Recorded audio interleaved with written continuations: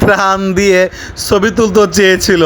এখন যিনি বন্যা দুর্গত মানুষ, তিনি যখন দেখছে ছবি তুলবে এই ভয়ে, তিনি ত্রাণ ফেরত দিয়ে এখন ভালো পোশাক পরিধান করে দেখেন। আসুন এখন তিনি ত্রাণ নিয়ে, যিনি ঢাকা থেকে ত্রাণ দেওয়ার জন্য এখন তিনাকে ত্রাণ দিচ্ছেন, এখন বলে তুমি ছবি তোলো, তুমি ছবি তোলো।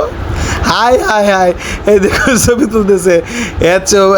ইজ্জত বেইজ্জত আর কি আছে, এই জন্যে ছবি তোলার সময় অনেকে ত্রাণ দেওয়ার সময় ছবি তুলে। এখন 12টা বাচ্চা খবর হয়েছে। বন্যায় ত্রাণ দিতে গিয়ে কিন্তু সে ধরা খেয়েছেন।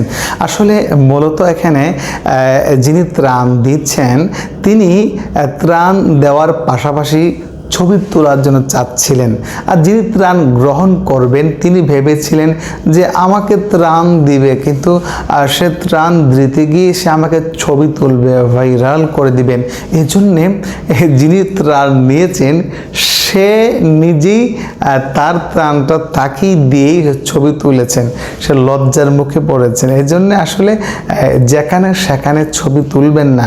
যেখানে সেখানে আপনি যদি মানুষকে উপকার করতে চান ভালো কথা, আলহামদুলিল্লাহ, কিন্তু উপকার করবেন যেহেতু, তার মানে তাকে ছবি তুলে ভিডিও করে এটার নিজে বরত্ব প্রকাশ করার জন্যে মানুষের কাছে গোটা পৃথিবীতে ফেসবুকের মাধ্যমে, ইউটিউবের মাধ্যমে, পেজের মাধ্যমে, এগুলির মাধ্যমে ছড়িয়ে ছিটিয়ে দেওয়া হোক, সেটা ঠিক না।